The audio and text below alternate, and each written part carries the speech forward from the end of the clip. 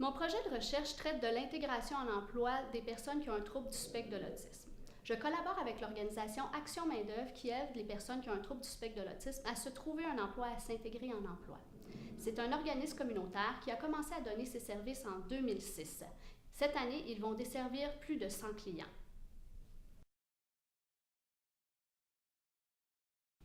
Le trouble du spectre de l'autisme, ou TSA, est un trouble neurodéveloppemental qui persiste toute la vie.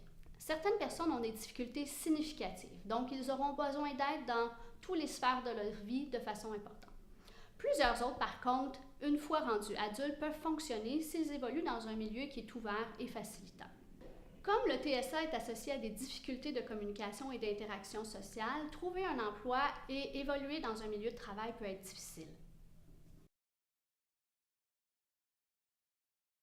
Des compagnies comme Specialisterne, une firme danoise qui fait des tests de logiciels, Microsoft, SAS, Ernst Young ont créé des programmes spéciaux pour former et embaucher des personnes qui ont un TSA dans leur main-d'œuvre. On dit que les personnes qui ont un TSA apprécient le travail structuré. Elles suivent de façon exacte des procédures ou des règles. Elles apportent une grande attention aux détails. Elles peuvent aussi avoir des connaissances étendues sur un sujet précis. Elles peuvent aussi avoir des intérêts très variés. Par exemple, Chris ici qui est en train de me filmer est très talentueux dans la production vidéo.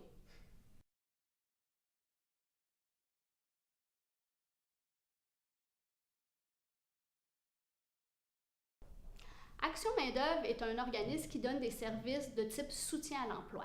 C'est une approche qui a été démontrée efficace pour des personnes qui ont un TSA, mais aussi pour des personnes qui ont d'autres types de difficultés qui rendent difficile leur intégration en emploi.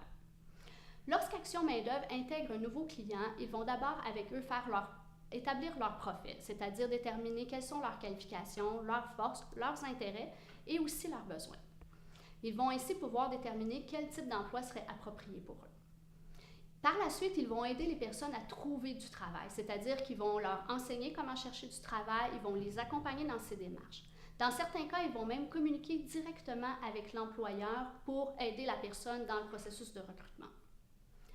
Une fois qu'un emploi est trouvé, un conseiller va accompagner le nouvel employé dans son environnement de travail. Il va l'aider à se former, à s'organiser dans son travail. Le conseiller d'Action Main-d'œuvre va aussi sensibiliser l'employeur et l'équipe de travail aux particularités de leur nouvel employé pour s'assurer que tout se passe bien. Une fois que l'intégration est terminée, le conseiller va toujours demeurer disponible pour régler des problèmes si jamais il y en a qui surviennent, que ce soit à la demande de l'employé ou à la demande du gestionnaire. Même si on sait que l'approche de soutien en emploi est efficace, les recherches ont été faites dans des pays où il y a beaucoup de grandes entreprises. Au Québec, on a une économie de petites, surtout des petites et des moyennes entreprises, et la majorité des emplois sont dans des PME. Donc, ça vaut la peine de faire des recherches ici aussi au Québec. Par ailleurs, je voudrais utiliser le concept de socialisation organisationnelle pour étudier le phénomène de l'intégration en emploi des personnes qui ont un TSA. La socialisation organisationnelle, c'est un concept en gestion des ressources humaines qui explique comment une personne qui est extérieure à l'organisation va devenir un membre à part entière d'une organisation. Ce processus-là se fait à travers le temps, dans les premières semaines, dans les premiers mois. Ça découle des efforts de l'organisation et des efforts de l'employé pour comprendre, échanger de l'information, pour comprendre le rôle et les attentes. Comme les personnes qui ont un TSA ont souvent des difficultés de communication et d'interaction sociale et que le processus de socialisation organisationnelle se repose beaucoup sur l'interaction sociale, je veux voir qu'est-ce qui fonctionne puis qu'est-ce qui est plus difficile dans la socialisation organisationnelle des personnes qui ont un TSA.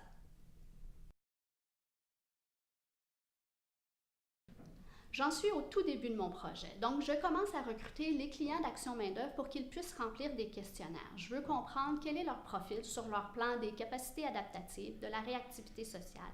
Je vais aussi regarder leur état psychologique et aussi, évidemment, leur attitude par rapport à l'emploi. Une fois qu'ils vont avoir trouvé des emplois, je vais leur poser des questions sur leur relation avec leur gestionnaire et leur relation avec leurs collègues de travail. Je vais aussi vouloir interroger leur gestionnaire pour savoir qu'est-ce qu'ils pensent des services d'Action Main-d'œuvre et comment ils qualifient la performance de leur nouvel employé. Par la suite, je vais aussi faire des entrevues approfondies avec des personnes qui ont un TSA qui se sont trouvées un emploi pour comprendre comment s'est passée leur expérience d'intégration à partir du moment où ils ont envoyé leur curriculum vitae jusqu'à temps qu'ils ont intégré l'organisation.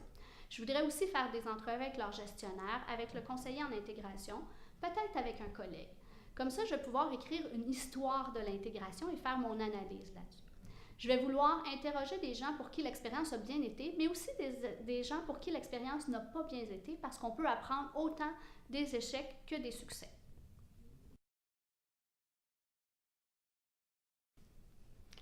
J'espère que les résultats de mon projet vont pouvoir aider Action Main-d'œuvre à mieux desservir leurs clients et à mieux les intégrer dans leur milieu de travail.